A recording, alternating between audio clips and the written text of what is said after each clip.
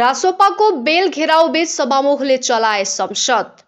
Visit visa प्रकरणमा संसदीय वा न्यायिक छानबिन समिति गठनको माग गर्दै रासोपाले प्रतिनिधि सभाको आइतबारको बैठकमा बेल घेराउ र नाराबाजी गरेको छ। विपक्षीले विरोध गरे पनि सभामुख देवराज घिमिरेले बैठकको कार्यसूची अघि बढाएको थियो। रासोपाले संसदको बेल घेराउ गरेको दोस्रो दिन हो। भिजिट भिसा प्रकरणमा गृहमन्त्री रमेश लेखकको पनि संलग्नताको आरोप लगाउँदै प्रमुख प्रतिपक्षी माओवादी, विपक्षीहरू रासोपा, राप्रपा, एकीकृत समाजवादी लगायतले जेठ 13 देखि प्रतिनिधि सभा बैठकमा विरोध गर्दै आएका थिए। इरानसँगको युद्धले इजरायलमा रहेका नेपाली बेचैन। 2 दशकदेखि इजरायलमा केयर गिवर रहेकी सुर्खेतकी कुमारी पौडेल 3 दिन यता हर्बल त्रासमा छिन्।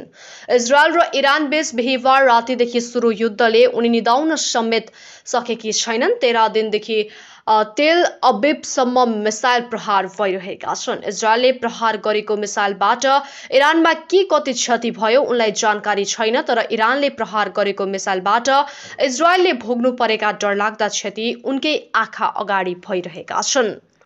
संघीय बजेटमा व्यथिति, शहरी विकासमा मात्र 1 करोड मुनिका योजना 4000।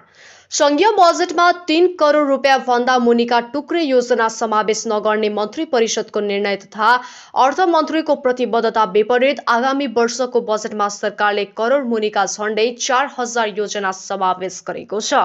आयोजनामा बैंकमा 3 करोड भन्दा मुनिका योजना प्रविष्ट गर्न नमिल्ने बनाइए पनि त्यस विपरीत योजनाहरू बजेटमा राखिएका छन्। सांसद महतोको प्रश्न, मधेसको लाइफलाइन मानिएको हुलाकी राजमार्गमा बजेट किन कम? सत्तारूढ जनता समाजवादी पार्टी प्रमुख सचेतक वीरेन्द्र प्रसाद महतोले सरकारले प्रस्तुत गरेको आगामी आर्थिक वर्षको बजेट मुलुकको राष्ट्रिय आकांक्षा पूरा गर्न कोसेढुङ्गा बन्ने दाबी गरेका छन्। उनले देशका अर्थतन्त्रका संरचनागत चुनौती र विगतका कमजोरीबाट मुक्त गर्न अहिलेको बजेटले प्रेरित गर्ने बताए। सानो पाइला सहकारी ठगीमा लामिछाने सहित 29 जना विरुद्ध मुद्दा दर्ता। बरगंजको सानो पाइला बचत तथा ऋण सहकारी संस्थाको रकम अपचलन गरेको अभियोगमा गोर्खा मिडिया नेटवर्कका तत्कालीन प्रबन्ध निर्देशक तथा रासोपा सभापति रवि लामिछाने सहित 29 जना विरुद्ध पर्सा जिल्ला अदालतमा सहकारी ठगी तथा संगठित अपराधमा पूरक मुद्दा दर्ता भएको छ। जिल्ला सरकारी वकिलको कार्यालयले कुल 2 अर्ब 30 करोड 14 लाख 29,800 रुपियाँ अपचलन गरेको ठहर गर्दै उनीहरू विरुद्ध शुक्रबार जिल्ला अदालतमा अभियोग पत्र दर्ता गरेको हो। औषधिको मूल्य समायोजनको विरोधमा उत्पादक र वितरक।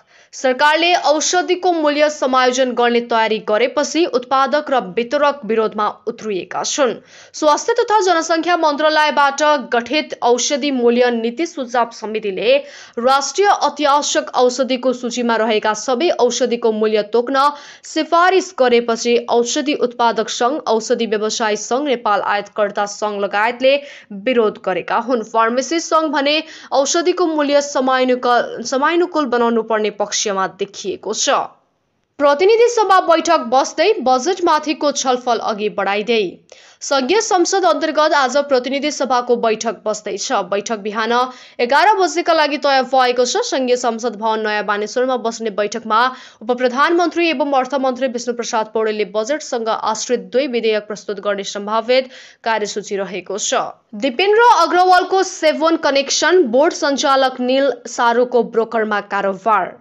शेयर कारोबारी दिपेन्द्र अग्रवालले खुलेआम कानुन विपरीत गतिविधि गर्न नियामककै सहयोग रहेको पाइएको छ। नेपाल धितोपत्र बोर्ड सञ्चालक समिति सदस्यको संरक्षणमा अग्रवालले फर्जी सर्कुलर, कर्नरिङ लगायत गैर कानुनी कारोबार गरेको पाइएको हो। बोर्डले अग्रवालबाट ठगिएका लगानीकर्ताको उजुरीका आधारमा केही महिना अघि उनको कारोबारको अनुसन्धान गरेको थियो। त्यो उक्त अनुसन्धानमा अग्रवालले हातेमालो फाइनान्सियल सर्भिसेस मार्फत पनि कारोबार गरेको पाइएको थियो।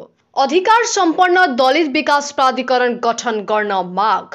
दलित समुदायको सशक्तिकरणका लागि विगतमा विभिन्न विकास समितिहरू गठन भए पनि अहिले निष्क्रिय बनाइएको भन्दै संयुक्त राजनीतिक दलित सङ्घर्ष समितिले अधिकार सम्पन्न दलित विकास प्राधिकरण गठन गर्न माग गरेका छन्। आइतबार संघीय मामिला तथा सामान्य प्रशासन मन्त्री राजकुमार गुप्तालाई ज्ञापन पत्र बुझाउँदै समितिले सरकारले अघिल्लो वर्ष नै बजेट विनियोजन गरी दलित विकास प्राधिकरण गठन गर्ने अघि बढाए पनि गठन नभएको प्रति ध्यानाकर्षण गराएका छन्।